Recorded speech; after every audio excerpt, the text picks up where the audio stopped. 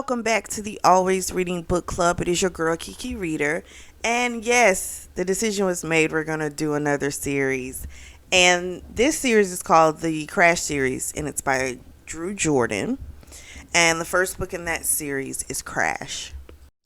The book opens up with a woman named Lainey. She's being carried away from a plane crash by a stranger. She was on her way to, I think it was the Yukon in Alaska, and the plane has crashed, and she's somewhere along the Yukon River. So the pilot and the other passenger who's on the plane, they're dead. She's been carried to this nearby cabin by a stranger who refuses to give her his name, and so she names him John. So this starts off a thing with the book that I'm going to just call him the stranger, because she names him all kind of stuff. Every time he does something, she gives him a different name, and it can get a little confusing. So I am just going to call him the stranger because that will make the most sense. He's really gruff, rugged mountain man. Okay, so she's got, I think, a broken ankle, and her fingers were pretty much near frostbite when he got her. So we get a little background on why Lainey was on the plane. And Lainey she's from Seattle. She's on her way to go see her boyfriend, Michael, whom she plans on marrying.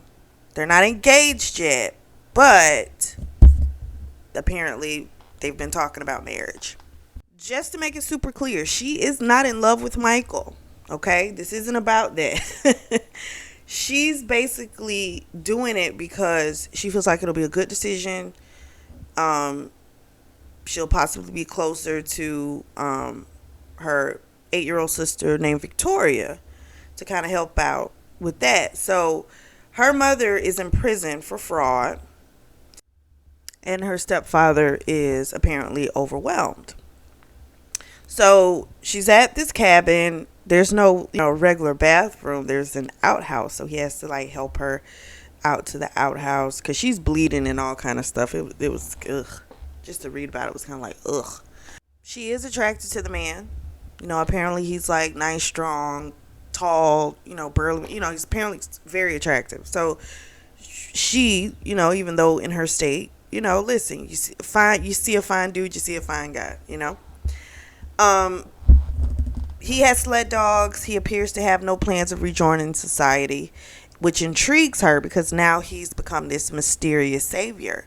So she even let him hold her while she was, because she got to remember, she's damn near hypothermia. So he needs to get the body temperature right. So he holds her to kind of get her warmed up. So the poor girl fell off the bed twice. This was just so sad. She fell off the bed twice. And the second time when she fell on her ankle. So she's in massive pain. So he was it's too cold for you to just stay on the floor. Because she was I'll just stay on the floor. I can't take this anymore. I can't, fall again. So he's going to tie her to him so that way she doesn't fall to the floor again. So he took some rope, tied her to him, and it turned her on, which shocks her because she's not normally into, maybe rope play or, bondage. She's not really into that. So it kind of shocked her that that was kind of turning her on, him doing that to her, just tying up her wrist. So while she was asleep, she thinks she has a dream of him fingering her and pinching her clit, making her come so intensely she wakes up. So she goes back to sleep and she has the same type of dream. But when she wakes up, he's moving his hand over her head and it smells of her. So it's safe to say, oh girl wasn't dreaming. Next day he gets up, he goes outside to chop wood. But before he leaves, she asks him, if he can take her to town. And he's no. He's maybe in a couple days because it's 40 miles to the nearest town. And the river isn't complete ice, so he can't use the snow machine to go ahead and get her there. So she of course is so turned on by him and tells him that she wants him to kiss her. And he tells her, you almost died, you don't know what you want. Like, this is the delirium, you know? So then he tells her, you can't handle me. And she was like, yes, I can. And he was like, you can't, because the way it works with me is that you do what I say when I say it. And he leaves to go chop wood, and she goes snooping around. And she finds like this obituary for a woman who's about in her 20s. Her name was like Chelsea Ann Newcomb. And, now she's curious because she wants to know, like, who is this? Is this a sister? Is this a lover? So then she has to use the bathroom. So she had decided, she's going to take herself to the outhouse. He sees her and he's like, what are you doing? And she tells him, I got to use the bathroom. So then he yells at her, don't you fucking move.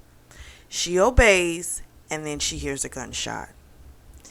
He then screams for her to get down. So she looks back and she sees a big burly bear. It's again, and then the bear is finally dead. So she's like in a state of shock. First of all, she's seeing all this blood again.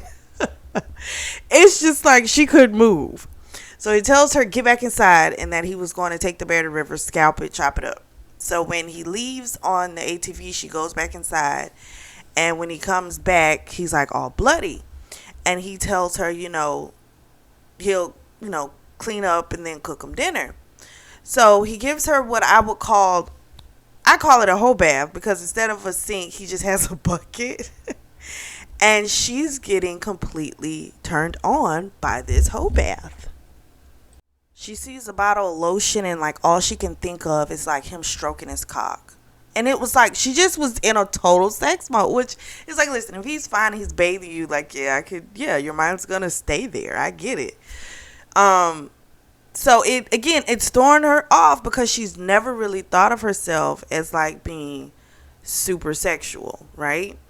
So she also has like this slight panic attack about being alone, because it's an issue like she's had since she was a child. Her mother was like horrible. She'd leave her, go out damn near every night. And so she has like these abandonment issues anyway. So he tells her, while he's bathing her, that he feels like, the gods have given him a beautiful woman, and he was thankful for the gift.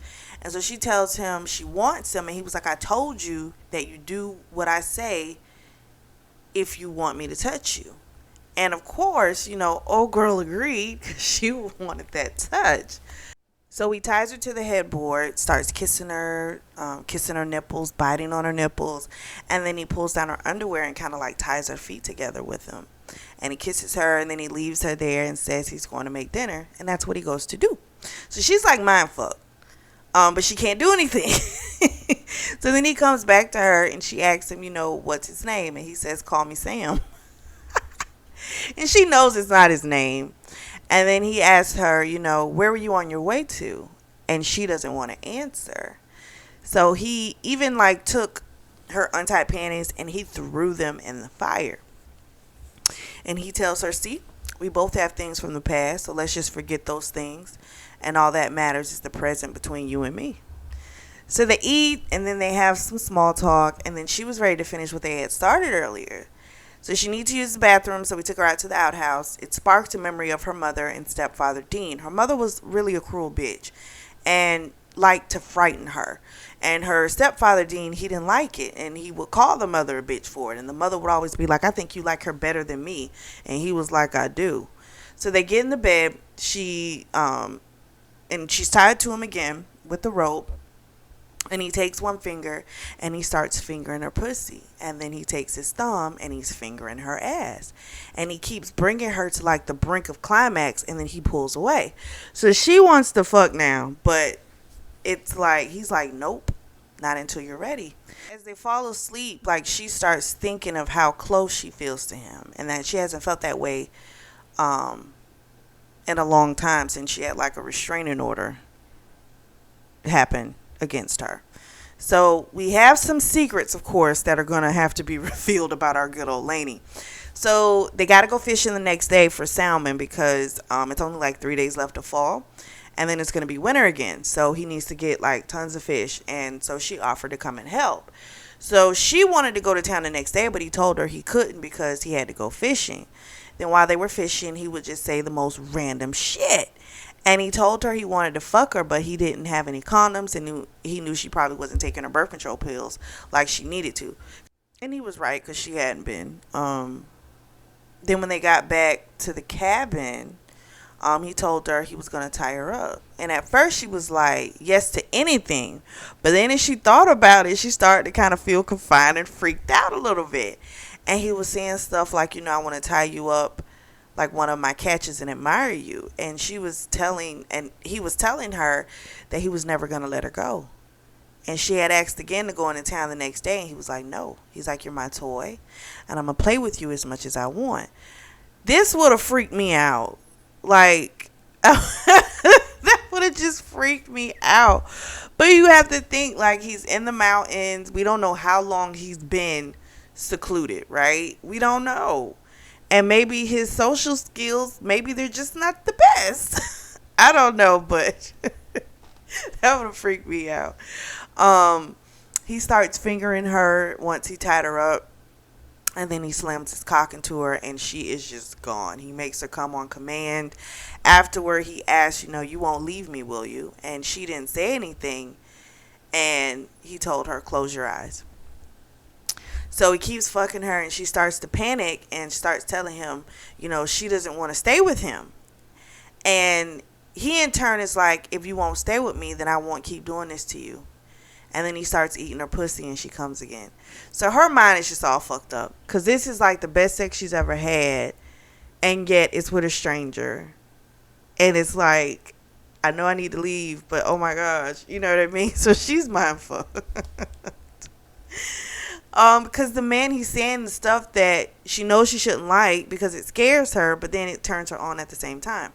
So he, of course, pulls out of her when he comes. So there's just cum all over the floor. Okay. So he tells her, he's going to town the next week. What does she need? Because apparently, I guess he saw some blood, some spotting when he was cleaning her. Which was like, okay, but then you was eating a pussy. I don't know. We'll leave it at that. So she asked for panties, and he was like, okay. So she liked the idea of them, even though this was all crazy, she still liked the idea of it being just the two of them.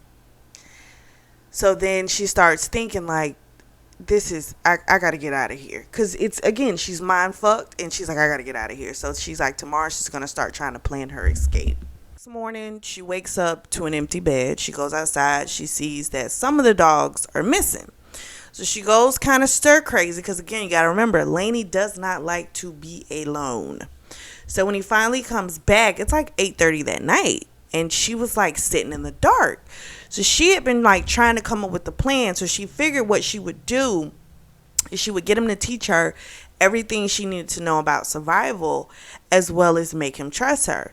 So she was going to go with the whole needy stance to see if that would work. So when he comes back, he's like, why are you sitting in the dark? And she was like, because I didn't know how to turn the light on and I was worried about you. And he was like, why would you worry about me? I know what I'm doing. And she was like, I know, but anything could have happened to you.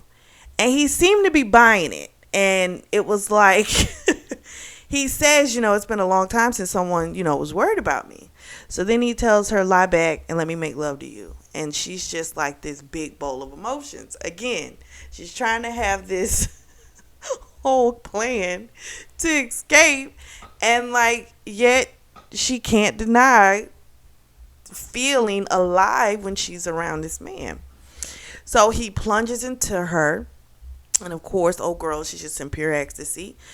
She rides him, he smacks her ass, but she likes the pain. The pain focuses her, which I've read in other books when people talk about when it comes to that type of play with like dom and sub, like it focuses them, the pain, because all they can focus in is on the pain, so it like gives them this clear mind.